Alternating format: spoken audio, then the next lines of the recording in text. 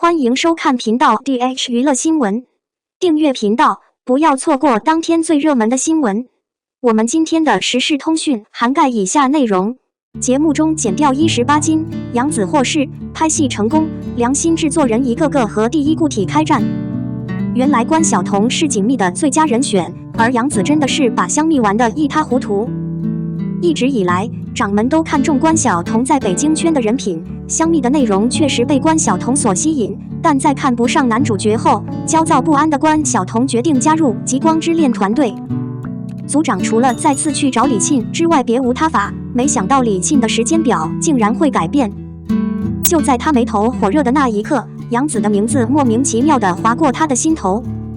你应该知道，香蜜的剧情是伤心的，在一场戏里哭，肯定是不尽如人意的。杨紫作为童星和专家，在媒体上的演技很可能是最好的，而杨紫的长相也非常符合锦觅的天真玲珑。杨紫得到打招呼的时候毫不含糊，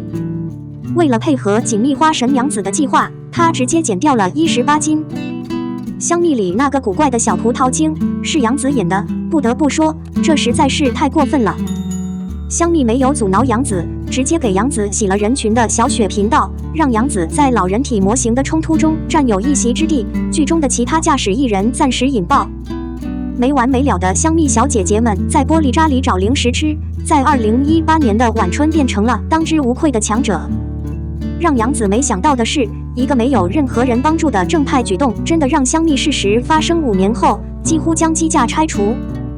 杨紫万万没想到，前一阵子她做出这个选择的时候，差点把香蜜给抹杀了。香蜜胆子大的女人看上杨紫后，男主的决定让首领头疼不已。在第一部作品中，旭凤的人设是正统的统治者设定，战力和容貌都是6界中的主宰，这样的艺人很难得。还好，杨紫还没来得及把他当时的同伴凳给首领开了。某某两人在花非花雾非雾相遇，参与感极强。眼见终于有一位风度和长相与许峰相称的艺人，首领便没有直接墨迹。本以为终于可以开枪的首领，却没想到以香蜜的开发过于靠谱为由，真的把行政拉到了香蜜身上。首长要求将最初宣布的36集增加到63集，这一次首领的头又疼了。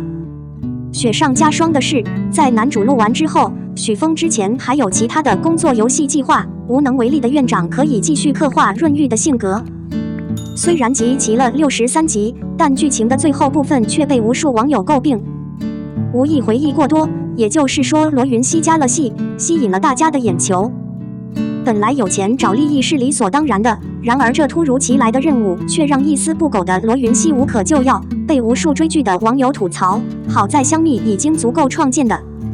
心，不管最后一段有没有注水，其实都没有阻止这静止的小声音爆发出来。谈起最严谨的一群，香蜜说她是第2，没人想过称自己为第1。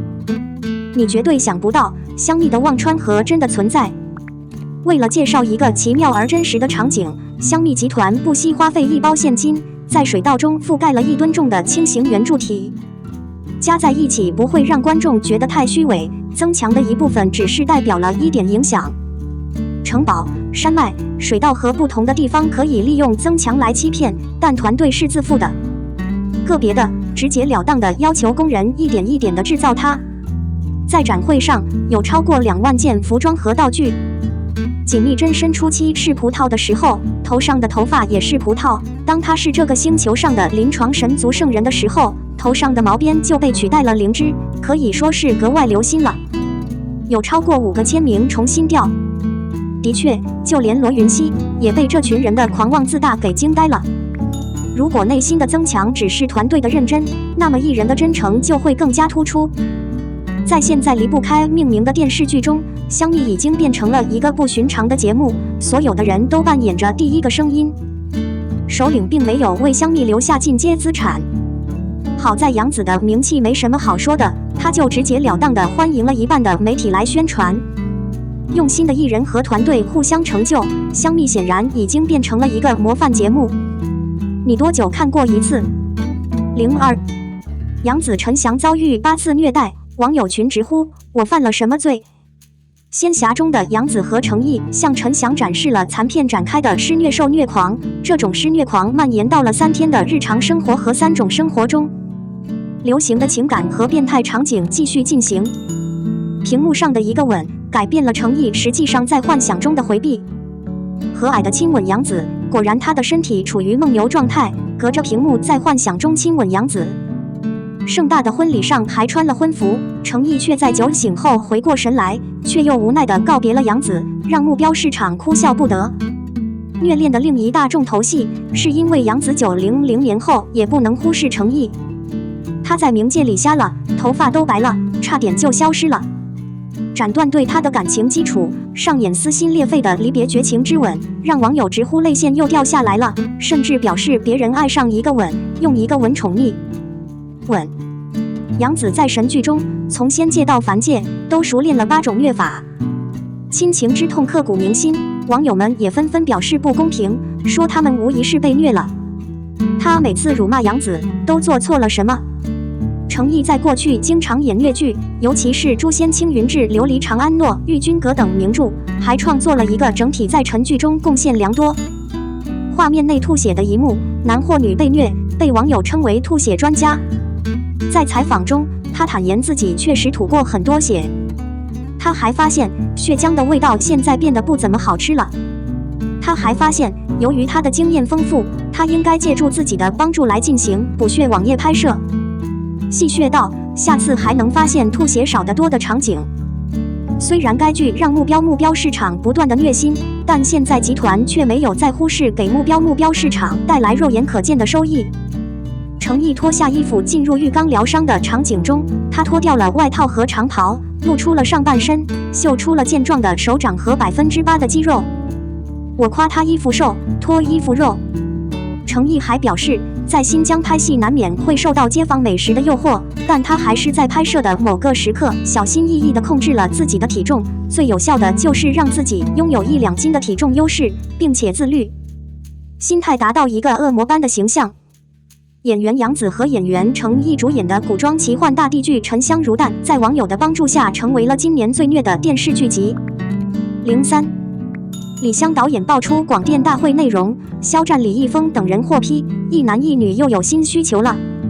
近日，国家广电总局召开会议，就影视剧制作新政策提出建议。Yoko Ramu 向李佳琦引渡的生活方式也让李佳琦对此事感到担忧。9月1日，李湘导演在微博上发文曝光广电大会内容，李易峰和其他小闪闪肉也受到了额外批评。国家广电总局提出，快播剧夸张、粗糙、鲜有经验产品，一味追求酷炫糖果，急需改进。测试 PGC 的前6分钟很重要，电影的名字也必须考虑周到和有趣。此外，它不能手动进行 CP 营销，否则可能很难跳过评估。如果评估失败3次，预计很难实现目标市场。另外，悬浮、糖果宠物、鬼怪的数量要减少，写实的作品现在应该不会低于60%。未来，网剧事实总量可能会减少，制作可能会减少，特别是古装和仙侠可能会更加严格。对于网友们关心的客串明星，本次大会还有新政策。大会规定，现在唱歌跳舞的偶像不再是一男一女，所有客串明星都不能在最重要的问题上扮演关键角色。然而，尽管极力鼓励具有感性问题的专题剧，但大会上还举出了许多例子，比如贾平凹的《幸福现在就没有免视天下有幸提前播出，很难绕过否认。凤凰男何凡胜美自己的亲人圈子，可以诋毁人类，让人类成为精英的陪衬，是不允许的。即使是广告的位置，也不能特别布置情节、线条或功能产品特性。近年来，历史性的木偶剧已经结束了大势所趋，一大批一流的木偶剧因此而飙升。如此庞大的游客数量，也让市场上充斥着历史性的木偶剧。因此，国家广电总局提出新政策，比如古装戏要严肃，要自查自纠，要保持朝代的本来面目，但美术设计不能照搬。此外，病态、整容、娘娘腔、过度化妆、过度过滤都不能使用。军剧题材，肖战、李易峰被批。军旅剧作为近年兴起的题材，受到不少流量演员的挑战，但广电总局对其表现也有话要说，重点批评几个小鲜肉。国家广电总局表示，当前军事题材脱离现实，演员偶像化，剧情套路，人物蒙面。总局点了话剧《军装爱情》，还提到了肖战、李易峰、张艺兴、杨洋、白敬亭等出演的军旅剧。肖战在《王牌骑兵》中饰演顾银业，他从一名新兵一步步成长为 N 战区某集团军的副参谋长。该剧还没有上豆瓣评分，但网友的口碑还是不错的。李易峰这几年积极转型，鲜少出演偶像剧，继《秘密与伟大》之后，主演了军旅剧《小号手就位》。而杨洋的《特殊战争荣耀》和白敬亭的《你是我的堡垒》也是军旅剧。国家广电总局表示，军剧不应该一概而论，而应该弘扬当代题材和革命历史题材。